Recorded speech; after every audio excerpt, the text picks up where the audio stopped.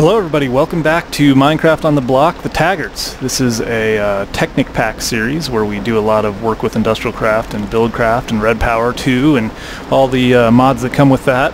And today we're going to do some mining. So basically, I have been, so since last time we talked, I ran my nuclear reactor, I hooked it up to all the rest of the stuff. So you can see I've still got my bat box up there collecting power from the solar panels, and it's probably full because I haven't been using it, except for I keep jumping and missing. I have to jump to actually read it. There we go. So it's full, but I'm not using it right now. That'll be my emergency backup power. What I'm using is this low voltage transformer hooked up to the nuclear reactor, and I'll go down there and show you guys that. But so once I kind of got done with all that, I realized that process was painful because I had to get so much ore and so many resources to build that stuff, and it depleted it.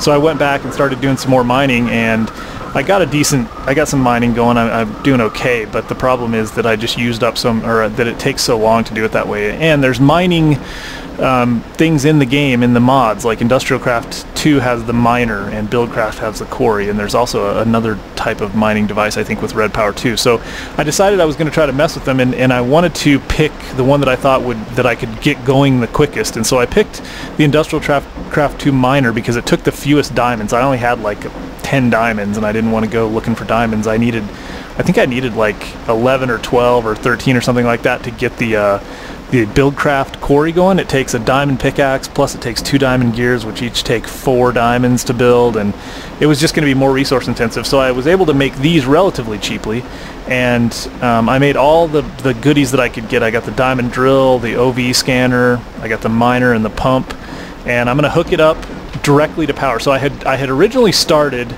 by trying, well, you can see I built all these batteries, and I also had a bunch of buckets. So I originally started trying to get the miner going by using a geothermal generator, which is kind of what they recommended. The problem was the geothermal generator, which you just put lava buckets or lava cells in, just didn't seem to produce enough power for it. So I'd carry the thing down there, and I was just running out of lava too quickly, even when I would make it with gunpowder. You can make it with gunpowder and redstone, basically. So I was doing that kind of down where I had my mine, and what I decided to do was, for testing purposes, that I was going to actually run it here and just kind of see what we could get going. So I'm going to basically just branch off of this pipe, and this is probably, I'll clean this up because this is going to be ugly. Let's see. And it's not going to get us very far. Hopefully it'll get us far enough though. Basically, with the mining setup I have right now, it's going to mine a 9x9 block. So if this is 1, 2, 3, it'll mine to here in a 9x9 area, and I think that's far enough away from anything that I have going on in basement type areas that I'll be okay. So I hope. We're gonna give it a shot.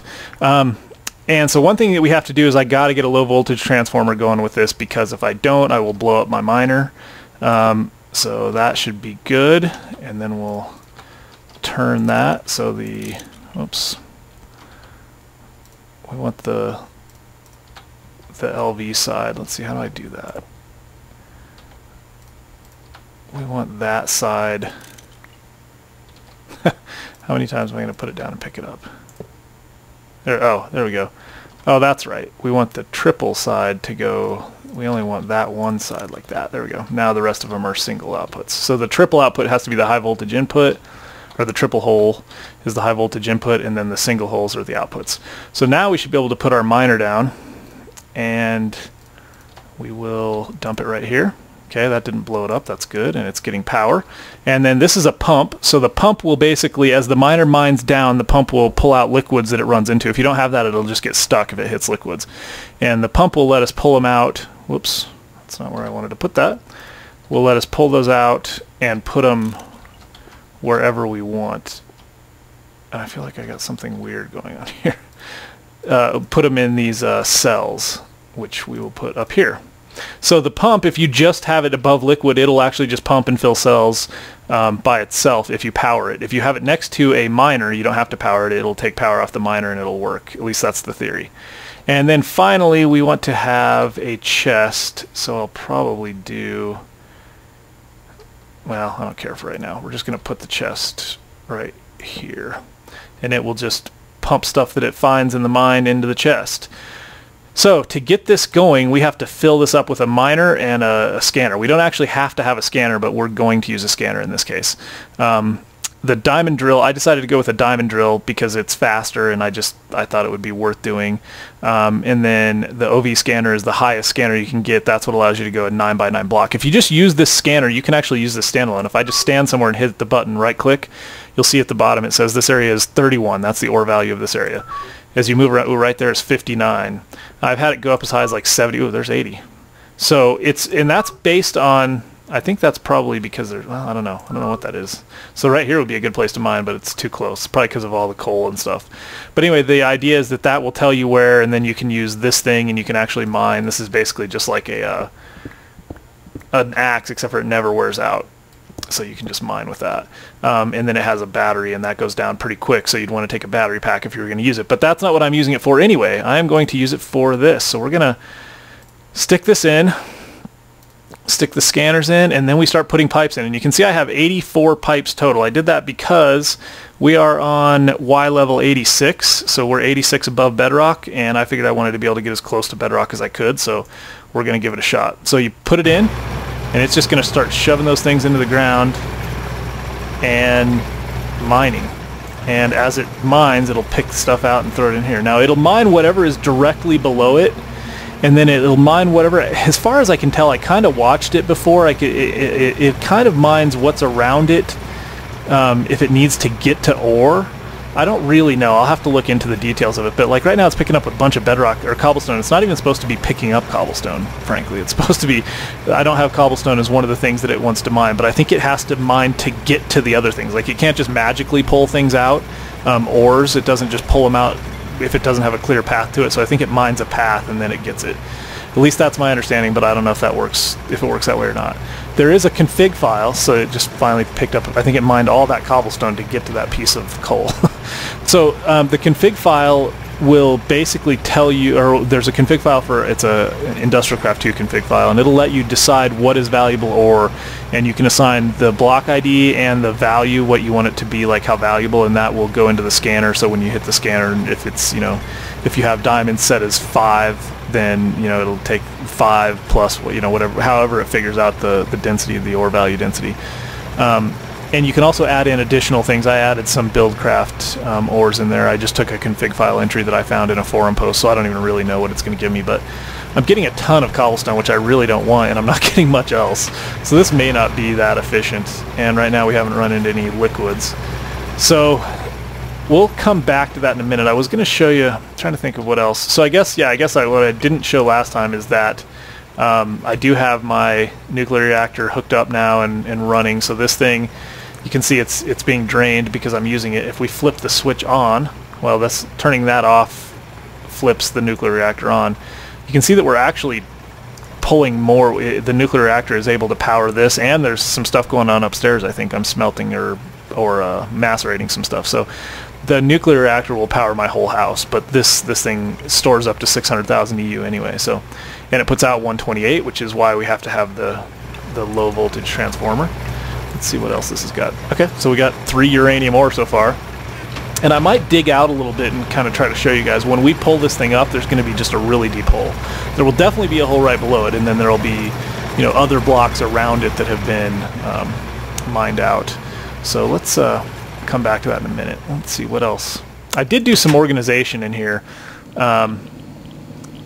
So I basically was just trying to take stock of what I had. So I started putting all this. I got like pipes and wires and stuff up here. Fabricated building materials go here. Precious stones go here. You get the idea. This is all power generating stuff. So coal and redstone and uranium. This is dirt, sand, gravel, stuff like that. Smooth stones, yada yada yada. Oh, and I guess I should show this too. I forgot. I'm not sure exactly. I don't have a good memory right now of what I did last time. So I will show you what I've been working on for the office as well, and then we'll go check on our miner again. So this is the office building, and I'm actually really happy with how this is coming. I've decided on a couple of things. So so this is kind of the pattern. So this, I thought this was kind of cool. So I made this all glass, this whole ceiling under here, which the desk is basically going to go over here somewhere. I filled this all in with glass panels, and then I put in this edging kind of as a frame for the glass. I kind of like that effect.